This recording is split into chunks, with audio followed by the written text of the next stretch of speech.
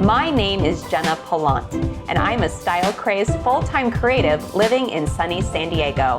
In 2016, my husband and I purchased our forever home, and now, in between balancing my upholstery business, our 4 dogs, and just life in general, I'm going to renovate our home room by room, project by project myself, with some fun help from a few of my friends along the way. And I'm going to share it all with you right here on YouTube. So, are you ready to see a room bloom? Welcome back to Room Bloom, my home enthusiast friends. We are officially one project video away from the big reveal on this home office space.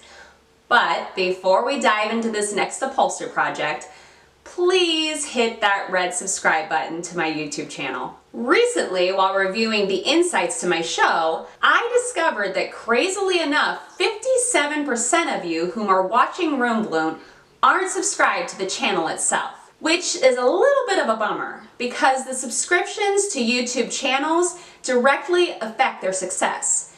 So if you support me and love my colorful work and want to see Room Bloom grow like I do, please take a moment to hit that red subscribe button. And even better yet, if you possibly know someone, maybe a family member or a good friend who also loves home renovation shows, it would be awesome if you could share a link to Room Bloom with them and encourage them to subscribe as well.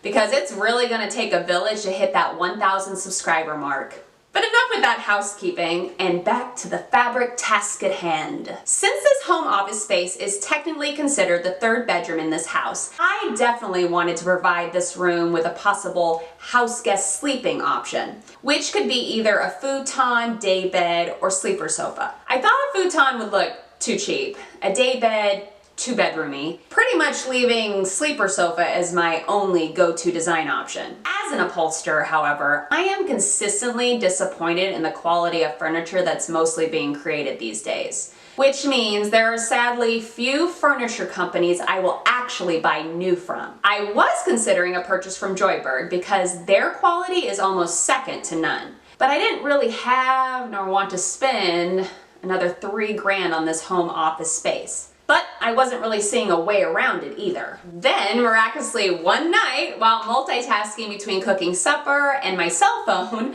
I ran across this free sleeper sofa on our neighborhood's next door app. And at first, I was like, no, she's in way too rough of a condition. But then I thought about that $3,000 price tag of the other, and hell, who doesn't love a good challenge? So I messaged the owner, and within a few days' time, that sleeper sofa was sitting in the Homebird Upholstery studio, ready to start its transformation.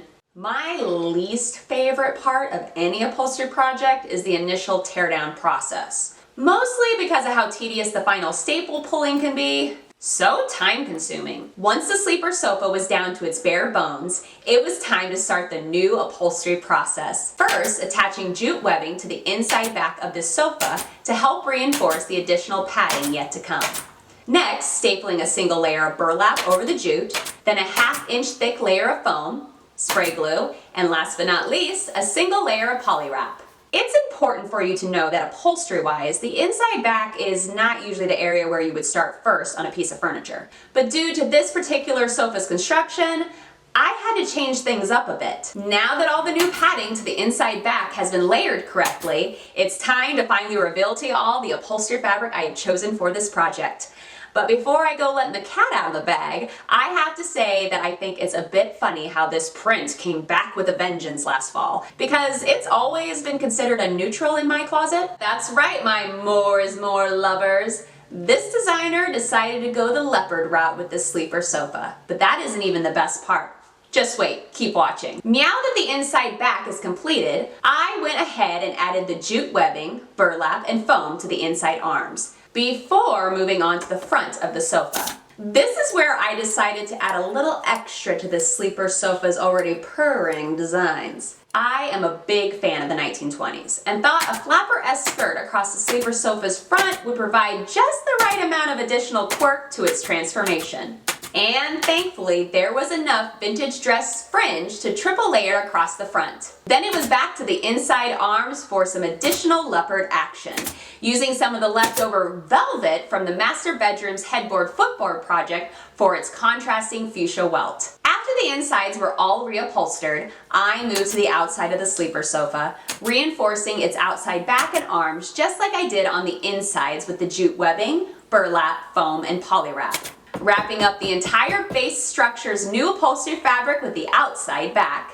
Once the newly configured seat and back cushions were all sewn up, I called upon my upholstery colleague Doug to assist me with the install of the mechanics of the sleeper sofa's mattress. This is where I become a little strung out stress-wise because you can easily damage the new upholstery with one single step. And that is both time and money I didn't really want to waste. And at first, the mechanics seemed to be going in just fine. But then we started noticing how one side didn't fold as smooth nor as level as the other. So I started to sweat a bit.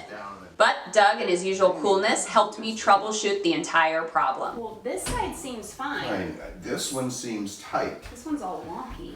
We kept bending the mattress mechanics back and forth, trying to truly understand how they worked. Hey, this one's laying flat, and how is that one's not. It ended up being one little hinge, go figure, that was broken on the left-hand side. So we quickly ran to the hardware store and MacGyvered a solution. You would think that that was the big moment of truth for this project, but we still needed to make sure that that new sleeper sofa mattress would fit in there as well. I honestly felt I couldn't breathe at this point, but boy, did I feel so relieved when we finally got that mattress and its mechanics laying flat. Then take her for a quick test spin. Wow, it's pretty comfortable. Yeah. I like it. Looks good. Not bad for free. All right, I am just dying to know, y'all, which of these 3 renovation projects for the home office were your favorite?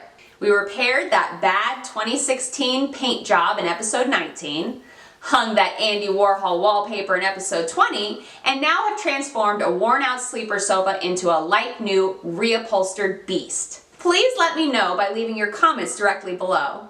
And stay tuned for the home office's big reveal next episode. It's for sure gonna leave you feeling somewhere over the rainbow.